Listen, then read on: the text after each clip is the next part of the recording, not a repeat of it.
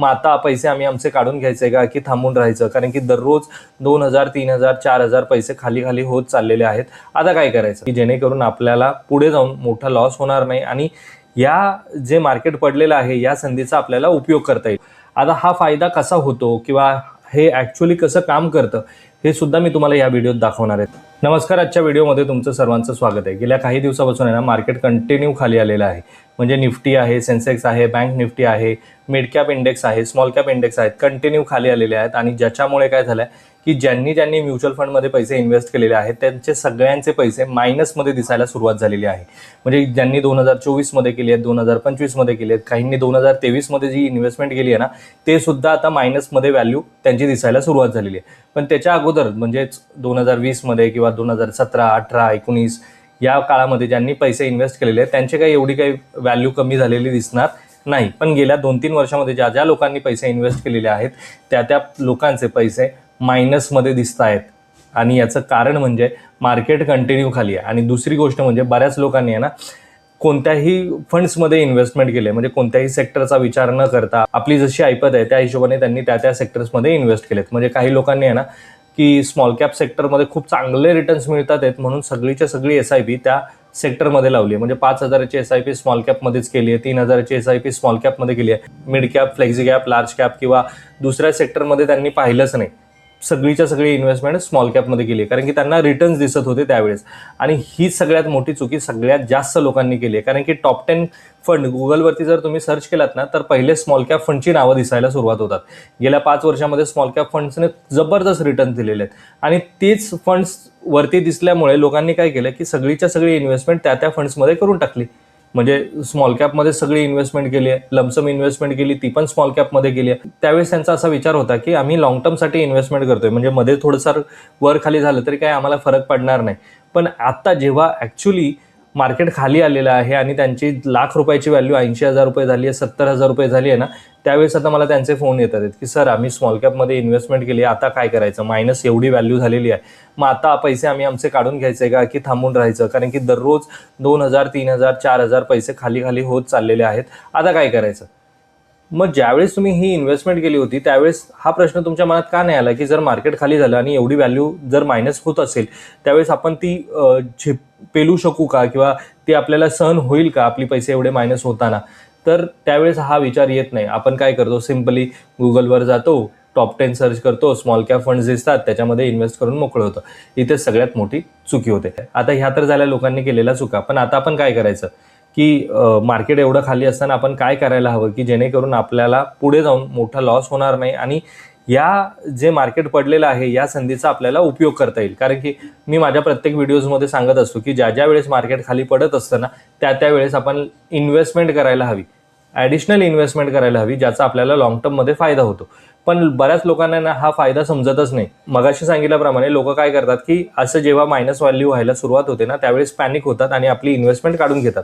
मग ती लॉसमध्ये तर लॉसमध्ये पण काढूनच घेतात, कारण की त्यांना आहे ना अजून लॉसमध्ये जायला नको असं त्यांना वाटत असतं. आणि आजूबाजूचे जे ज्ञानी लोक असतात ना जे आपल्याला ज्ञान देत असतात की आता पैसे अजून मार्केट खाली पडणार आहे, पैसे अजून मायनस होणार आहेत, मग काढूनच घ्या, या सगळ्या गोष्टी आपल्याला जे लोक ज्ञान देत असतात ना ते सांगत असतात. पण जर तुम्ही चांगल्या ॲडवायझरची ॲडवाईस जर घेतली तर ते तुम्हाला हेच सांगेल की ज्या वेळेस मार्केट खाली पडत असतं ना त्यावेळेस एक संधी असते आपल्याला ॲडिशनल इन्व्हेस्टमेंट करण्याची आणि ज्याचा फायदा आपल्याला लॉंग टर्ममध्ये होऊ शकतो.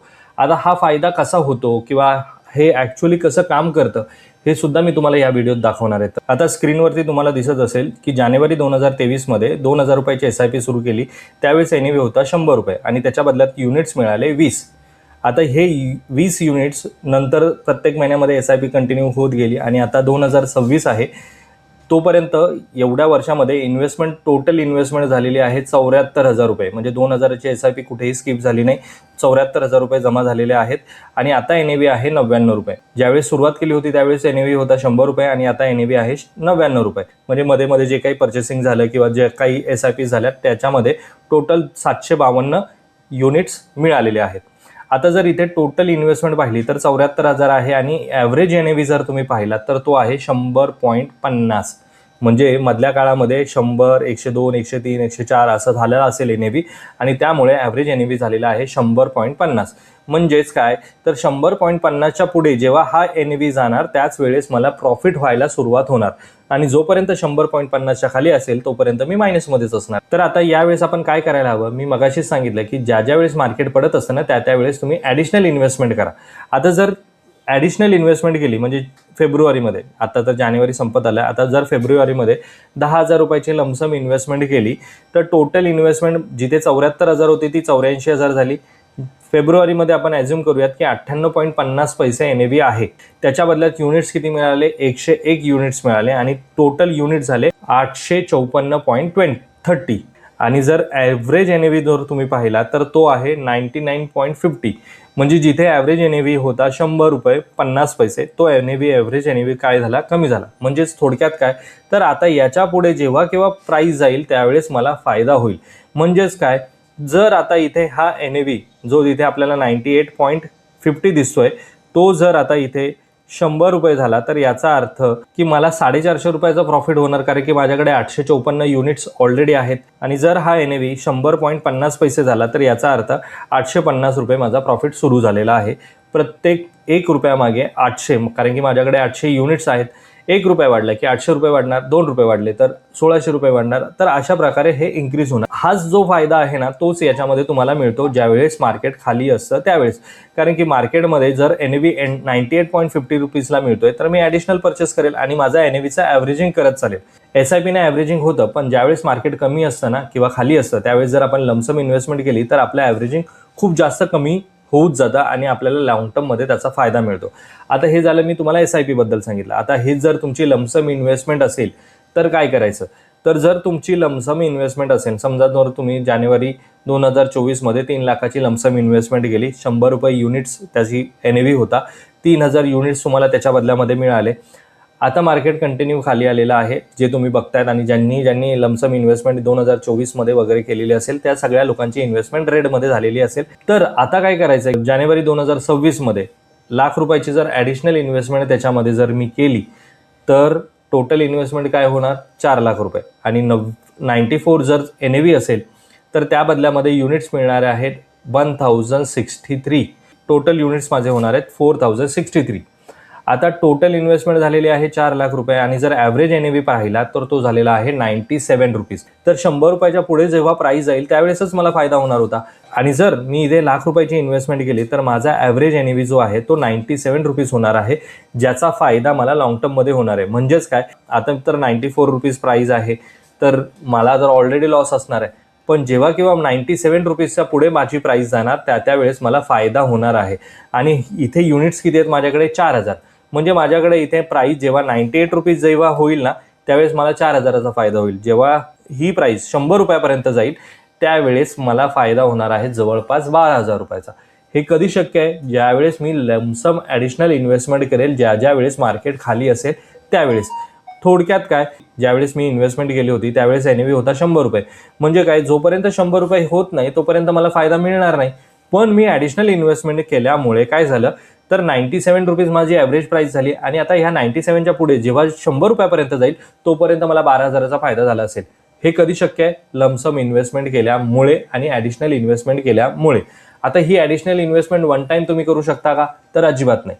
ज्या वेळेस तुम्हाला शक्य आहे, की असं नाही की लाख रुपयाची इन्व्हेस्टमेंट एकाच वेळेस करायला हवी. म्हणजे जो तुमचा ॲडवायझर आहे तो तुम्हाला सांगेल की आज मार्केट खाली आहे, आज तुम्ही थोडीशी ॲडिशनल लमसम इन्व्हेस्टमेंट करू शकता. जर तुमची कॅपॅसिटी 2 लाखाची आहे, 3 लाखाची आहे, त्यावेळेस तो तुम्हाला सांगेल 50,000 करा, लाख रुपये करा, 1.5 लाख करा, 2 लाख करा.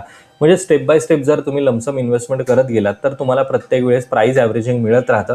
असं काही गरज नाही की तुम्ही लमसम इन्व्हेस्टमेंट केली आहे तर त्याच्यामध्ये तुम्ही SIP करू शकत नाही. त्याच फंडमध्ये तुम्ही SIP सुद्धा करू शकता आणि ह्या प्राईस ॲव्हरेजिंगचा फायदा सुद्धा तुम्ही मिळवू शकता. पण हे कधी शक्य आहे, जर तुमची इन्व्हेस्टमेंट वेगवेगळ्या सेक्टर्समध्ये डिवाइड असेल तरच याचा फायदा तुम्हाला लॉंग टर्ममध्ये होऊ शकतो. कारण की तुमची इन्व्हेस्टमेंट सगळ्या सेक्टर्समध्ये आहे. एखादं सेक्टर जरी खाली गेलं तरी 2 सेक्टर्स तुम्हाला ते कव्हर करतं किंवा तुम्हाला बॅलन्स करण्याचं काम करतं. पण जर तुम्ही एका सेक्टरमध्ये सगळी इन्व्हेस्टमेंट ठेवली आणि त्याच्यामध्येच तुम्ही जर ॲव्हरेजिंग करत गेलात तर लॉंग टर्ममध्ये तुम्हाला त्याचा फायदा होईल, पण शॉर्ट टर्ममध्ये तुम्हाला त्याच्यामध्ये खूप मोठा लॉसच दिसत राहील आणि तुम्हाला असं एक वेळेस असं वाटेल की माझी इन्व्हेस्टमेंट चुकीची केलेली आहे.